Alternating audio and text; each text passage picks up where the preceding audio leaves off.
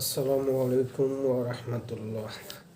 প্রিয় মুসলিম ভাই ও বোনেরা, আমি আপনাদের সামনে আলোকপাত নং 177 নিয়ে আলোচনা উপস্থাপন করছি। আলোকপাতটির শিরোনাম হলো সত্য ধর্ম দিন ইসলামকে জাদু আখ্যা দিয়ে অমুসলিমদের কাফের থেকে যাওয়া প্রসঙ্গে। শিরোনামের আলোকে সূরা আল কাসাস এর 48 নং আয়াতের ব্যাখ্যামূলক অনুবাদ এখানে উল্লেখ করা হলো। আয়াত 48, মহান আল্লাহ অমুসলিম জাতিকে লক্ষ্য করে বলেন, অতঃপর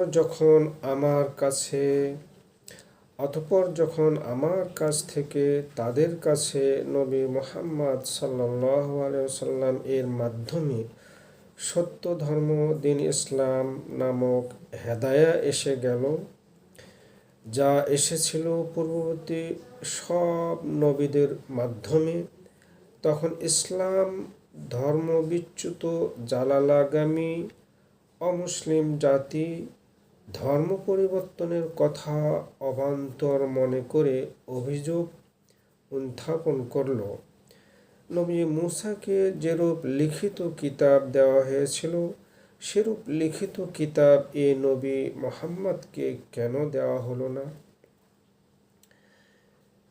নবী মুহাম্মদ সাল্লাল্লাহু আলাইহি সাল্লামকে সাক্ষী রেখে মহান আল্লাহ বলেন, নবী মূসাকে যে কিতাব দেওয়া হয়েছিল তা ইতিপূর্বে মুষ্টিমেয় কতিপয় নমুসলিম ও বনী ইসরাঈলীগণ ব্যতীত মুশরিক বাদশাহ ফেরাউন ও সমগ্র পৃথিবীবাসী তা প্রত্যাখ্যান করে রইল। তারা নিজেদেরকেই সঠিক মনে করে অভিযোগ করে বলল, তাওরাত ও কোরআন উভয়টি জাদু, অসত্য, বানোয়াট, এর একটি আরেকটির সমর্থক। তারা নিজেদেরকে সঠিক মনে করে এও বলে যে